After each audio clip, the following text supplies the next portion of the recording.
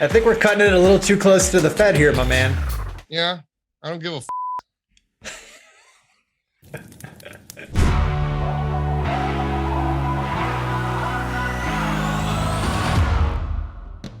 Hey everybody, JC Parets here, founder of AllStarCharts.com, and I am joined once again by my esteemed colleague, Mr. Sean McLaughlin. Shawnee, baby, welcome back. If you're tuning in for hot takes on the Fed, well, we're not your guys. Sorry, wrong channel. Yeah, change the channel. Who's got the better tan after a nice little few days in Huntington Beach, California? Yeah, I don't know if I have a tan, but man, I was really kicking myself for not bringing sunscreen on day one because, woo, was it hot. You gringos can't handle that sun. Hey, that was a great time, man. That was a really great time. Kudos to Josh and Barry and Mike and the team. Man, what a great event. Yep, totally reinventing the game. Seriously, I mean, they're our friends and everything. And if they blew it and it sucked, I'd tell them and I'd make fun of them for it because they're our buddies. But they absolutely crushed it. Shout out to Ritholtz and the whole team, JB, Badnick, everybody, Chris. All right, so we got a little bit of this. There's like a thing. Federal Reserve. Are we? By the way, I think maybe there's an announcement or something. Maybe like we're doing this like during the announcement. So that's interesting. So the idea is, we're aware. I'm not going to pretend to know, about how inflation's calculated and, the Federal Reserve and how heavy his suitcase is and all this other silly things. Like that's not, that's not the hawkish and the doves and the whole thing. Like, no, I don't have time for all that stuff.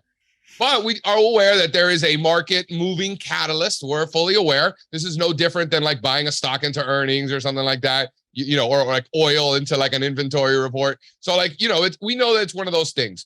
We were in our meeting this morning, talking about different opportunities and, like I said it, and it's probably true, I guess, depending on how you calculate it, but like Enphase is probably the strongest stock in the world.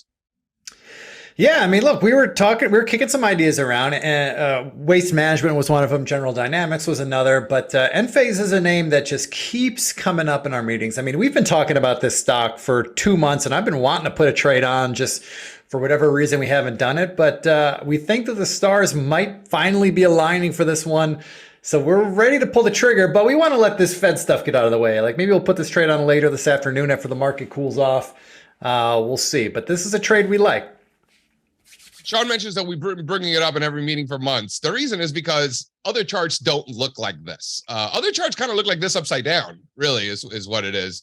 And so how can we not talk about it, number one? Number two, I'd like to point out that not only do we have a huge base on an absolute basis, but relative to the S&P 500, also just very strong. So just a ton of relative strength.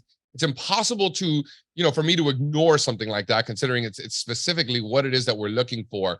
Another thing that we talked about earlier this morning was that volatility, considering the circumstance. You got the VIX at, where the heck's the VIX? The VIX is at 27. Oh yeah, here it is. VIX is at almost 28 right now, right? And volatility in this particular name is not so. We don't have to get complicated. We don't have to sell anything. We could just go out and buy calls. How far out were you thinking? So I was looking at the calls and, JC, we talk a lot about the 25 Delta. The 25 Delta lifestyle we like to joke about. We like to live it over here. I looked at 25 Delta calls and, man, the 25 Deltas were pretty far out of the money, which made me a little uncomfortable going that far out. So I felt like a good... I think it was like strike of like 370. I mean, depending on what month, but like if we went into January right now to get 25 Delta, I mean, hold on a sec. I got to stretch out my screen here. That's how far it is. 25 Delta would take me out to 430, which is, I don't know. It seems a little aggressive for my taste. So what I thought to do here is 37%. Not crazy. Not crazy, but not the level of aggressiveness that I want to put on here in this market. So for me, the compromise was let's put on a position that has some positive delta, meaning it'll gain if the stock goes higher. You don't need it to go crazy, and it would be okay if it took its time. And in that case, I decided putting on a calendar spread here made the most sense. So what I'm choosing to do, I haven't put the trade on yet, JC. Like I said, I want to wait till market cools off. As long as nothing crazy happens, then we'll look at this trade towards the close today. But I'm looking at buying a November, December 350 call calendar spread, excuse me. So what that means is I'd be shorting the November 350 calls and purchasing the December 350 calls. So that I could do that for, I mean, the market's all over the place right now, but we could probably put that trade on for about 6.25, 625-ish. And the play here, it would be twofold, JC. The way we would profit is twofold. If Enphase breaks out quicker than we anticipate, and it gets to our strike price of 350 before our short options in November expire, then we'll just close the trade down at that point. It will be a profit depending on the timing of when that happens. That will determine how much profit we have. So I can't tell you how much profit we'll have, but in all likelihood, it'll be a profitable trade. But if Enphase takes its time going up and it doesn't hit 350 before those short November options expire, then great. Those will expire away worthless. We're left holding the December 350 calls that were long. And from there, hopefully we get a little breakout and we'll have the potential for theoretically unlimited gains at that point. Now, let's talk about from a risk management standpoint. I really like those former highs from August, the August highs. Below that, things are a little hairy. You can't see it in this chart, but there's some bearish momentum divergences that would confirm upon that. So if we're below the August highs, I think it's vulnerable for further downside correction. So that's how I see it from a risk management standpoint. I don't necessarily like that trade on unless we're above that, Sean. Yeah, I mean, we're kind of, we're right there. In a perfect world, yes, I'd like to see this thing trading above 325 in a perfect world. But, Straza likes this setup. We like this base. It feels like it's coiling. We got a rising 50-day moving average coming up below it. As long as we stay above 280, that's my line. That'll probably be my line in the sand. If we're above 280, for those of you who want tighter stops, I'd go as far as 290. I don't hate 280. I think 280 is somewhere in the middle. I think either pick 290 or 270 between me and you to really be disciplined against those levels. I mean, that's how I see it. I'm going to be patient with this one. I like the idea. I love the relative strength, obviously. So you don't like just buying out calls though?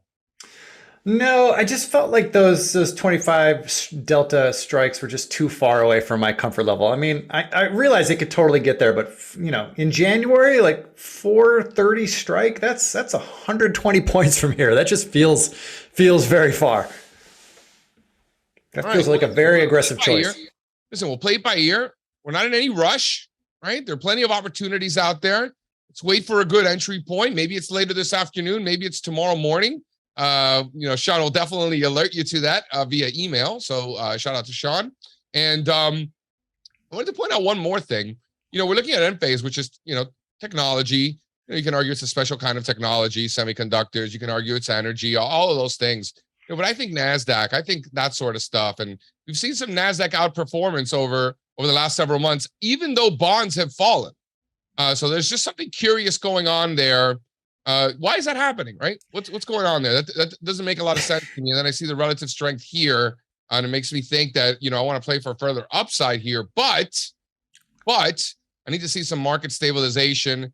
We need to maintain and hold key risk levels. And so far it's holding, up 1% on the day, flat on the day, holding those former highs from August. So that's what I'm looking for. I really feel much more comfortable with any bullish position in Enphase if we are above those August highs.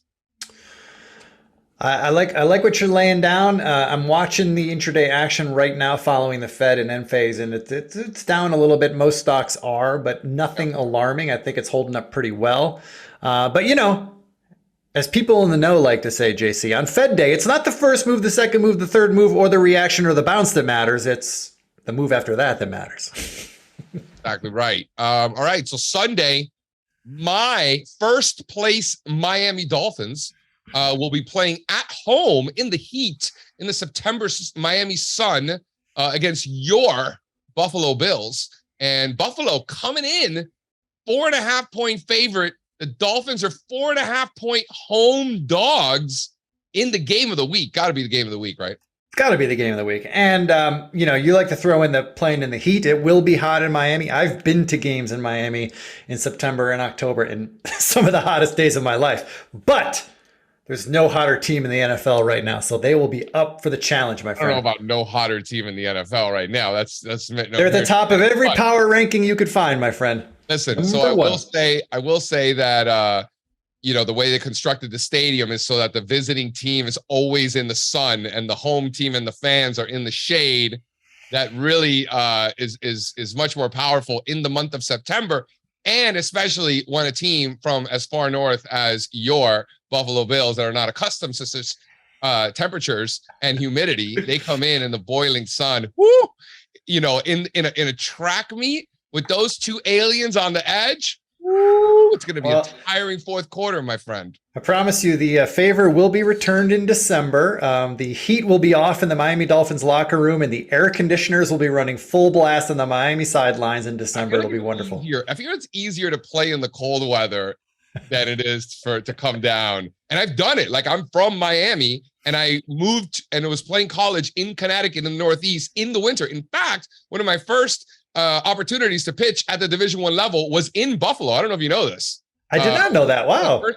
One of the first times I ever pitched was in Buffalo at Canisius. Canisius, and they sent me to go warm up, and I was in the bullpen, and the snow mounds were higher than my head while I was warming up. And for a Cuban kid from Miami, this is not something I was accustomed to.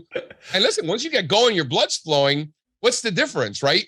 But when I would go down to Miami in the summer and play summer ball in Miami, my body had already gotten accustomed to the Northeast. I was dying, dude, dying. And I was in the best shape of my life, and I was dying. I don't disagree. I'd rather play in the cold than the heat. Totally agree. And by the way, shout out to Canisius. I was accepted to college at Canisius. I ended up choosing a different school, but hey, I almost went there.